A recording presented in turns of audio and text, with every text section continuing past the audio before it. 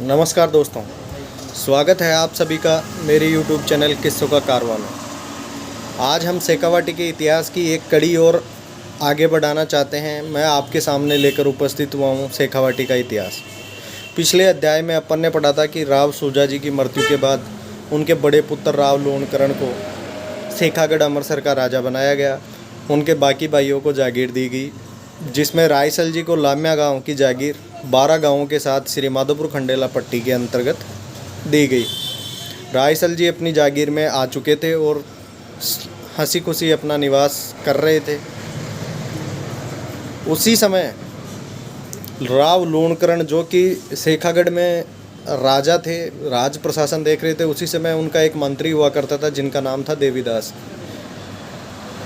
देवीदास के खिलाफ कुछ मंत्री सलाहकारों ने राजा लोणकरण को बहका दिया था, जिसकी वजह से एक दिन दरबार में उपस्थित होते ही राव लोणकरण ने देवीदास से पूछा कि ये बताओ देवीदास, रिजक बड़ी होती है या पोरुष?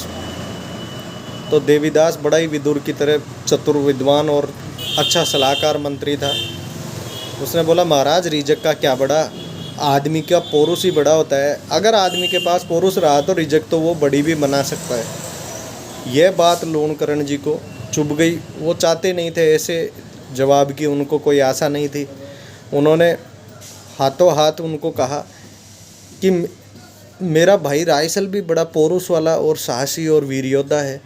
अगर पोरुष बड़ा है तो आप उसके पास जाइए और उसके साहस का उपयोग करके कोई बड़ी रियासत बना के दिखाइए। यह बात मंत्री देवीदास, जो कि स्वाभिमानी आदमी था साहब, उसको चुभ गई। देवीदास ने कुछ भी नहीं कहा, सिर्फ हाथ जोड़ कर विनम्रता पूर्वक और यहाँ से जाने की अनुमति मांगी और देवीदास सीधे लाम्या रायसल जी के पास पहुँच गए। और रायसल जी के पास पहुँचते ही उन्होंने सारे हालचाल उनको बता दिए, कैसा क्या हुआ। अब रायसल जी और मंत्री देवीदास दोनों मिलकर के ये सोचने लगे कि ये 12 गांवों की जागीर को बढ़ाया कैसे जाए। और एक दिन ऐसे ही उन्होंने चंदेल रासो जी से 150 घोड़े उधार ले लिए और उधार लेकर के दिल्ली पर किसी आक्रमण की आशा के अंदर बैठे हुए थे। दोनों ने 150 घोड़े उधार लेकर अपने विश्वस्त सिपाहियों को लेकर के दिल्ली पहुंच गए और निवास करने लगे और मौका देखने लगे कि कब दिल्ली के ऊपर कोई आक्रमण हो और दैनिक वेतनभोगी सिपाही के तौर पर वो सेना में शामिल हो। और एक ऐसा मौका आया कि अफ़गान की तरफ से कतलू खां का आक्रमण दिल्ली के ऊपर हुआ। उसी आक्रमण में दैनिक वेतनभोगी सिपाहियों की आवश्यकता जब दरबार में अकबर को पड़ी तो देवीदास ने तुरंत जो अलार्म बर रखा था वो बजाया और बोला कि महाराज रायसल जी, अब ये अच्छा मौका है। रायसल जी ने दैनिक वेतनभोगी के तौर पे अपने 150 घोड़े और 150 सिपाहियों के साथ अपनी टुकड़ी को भी इस युद्ध में शामिल करवा दिया। इस युद्ध में शामिल होने के बाद में जैसे ही युद्ध शुरू हुआ तो अफ़गान सिपाहियों ने क्या किया, उनकी प्लानिंग थी शाही सेना के सेनापति को गिराने की, ताकि पूरी सेना का हौसला पस्त हो जाए और युद्ध वो जीत जाए। लेकिन दोनों सेनाओं के मध्य से घोड़े को दौड़ाते हुए रायसल जी ने एक हाथ से सेनापति की जान बचाई और दूसरे तलवार के वार से कतलू खां का जो सर था वो धड़ से अलग कर दिया। और रायसल जी ने रणघोष वहीं पे घोषित किया, खदड़ा खड़ा रहे देख राजपूत के हाथ। इतनी आवाज़ के साथ ही उन्होंने अफ़गानी का सर अलग कर दिया। ये सर अलग होते ही पूरी अफ़गान सेना भाग खड़ी हुई और ये अफ़गान सेना के भागने के साथ ही उनकी हार सुनिश्चित हो चुकी थी। कुछ इतिहासकार ये भी मानते हैं कि वो सेनापति नहीं, जबकि अकबर का शहजादा सलीम था, जिसको जहांगीर के नाम से जानते थे। लेकिन कुछ इतिहासकार इसके अंदर सम्मति दर्शाते हैं कि ये उनका विशिष्ट सेनापति था जो शाही सेना की तरफ से आक्रमण करने आया था। जब यह बात शाही सेनापति ने जाकर के महाराज शाही दरबार में अकबर को बताई तो अकबर इस बात को बड़ा खुश हुआ। लेकिन वो ऐसे योद्धा का नाम जानने के लिए आतुर हो चुका था। वो चाहता था कि ऐसे योद्धा को तो हमारे मंत्रिमंडल या सलाहकार पद पे होना चाहिए, जबकि वो युद्ध में कर क्या रहा है। ऐसे योद्धा हमारे आसपास में होने चाहिए। तब उन्होंने एक भोज का आयोजन किया और घोषणा करवाई कि जो योद्धा युद्ध के अंदर जिस वेशभूषा में था उसी वेशभूषा में खाना खाने आए।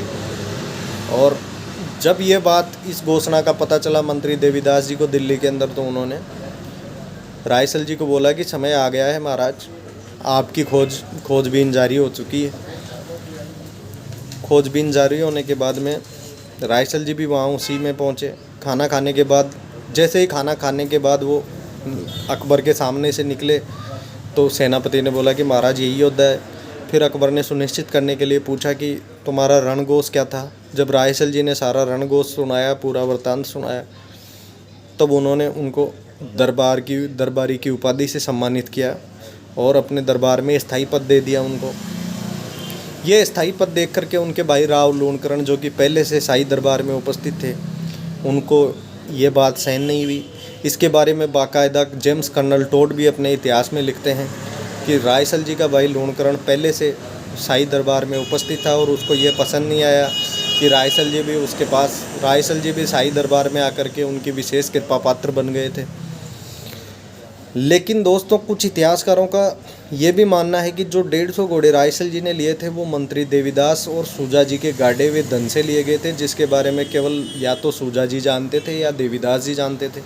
और देवीदास जी जब लूणकरण जी को छोड़ करके रायसल जी के पास आ गए तो कुछ इतिहासकार ऐसे मानते हैं कि वही धन उन्होंने रायसल जी को निकाल के दिया। उसी धन की बदौलत उन्होंने 150 घोड़े रासो जी चंदेल से लिए और उसके बाद दिल्ली गए। इस सारे वाक़े के अंदर दिल्ली में उनको एक स्थायी पद मिल चुका था और दरबारी की उपाधि मिल चुकी थी। अब रायसल जी के 12 गांवों की जागीर को बड़ी जागीर में बदलने का रास्ता जो बंद पड़ा हुआ था इतने दिन से, वो खुल चुका था और अकबर ने प्रसन्न होकर उनको 1600 का मनसब प्रदान किया। इसके बाद खंडेला की प्रगति के सारे द्वार खुल चुके थे और एक के बाद एक उन्होंने राज्य जीतते गए और निर्बाणों से खंडेला भी उन्होंने ले लिया था। ये आगे जा कर के आएगा इसके अंदर। अगली कड़ी में मैं फिर उपस्थित होऊंगा आपके सामने इतिहास के रोचक किस्से लेकर। तब तक के लिए नमस्कार। अगर आपको मेरे यूट्यूब के किस्से पसंद आते हैं तो मेरे चैनल को लाइक, शेयर और सब्सक्राइब कीजिए। तब तक के लिए नमस्कार।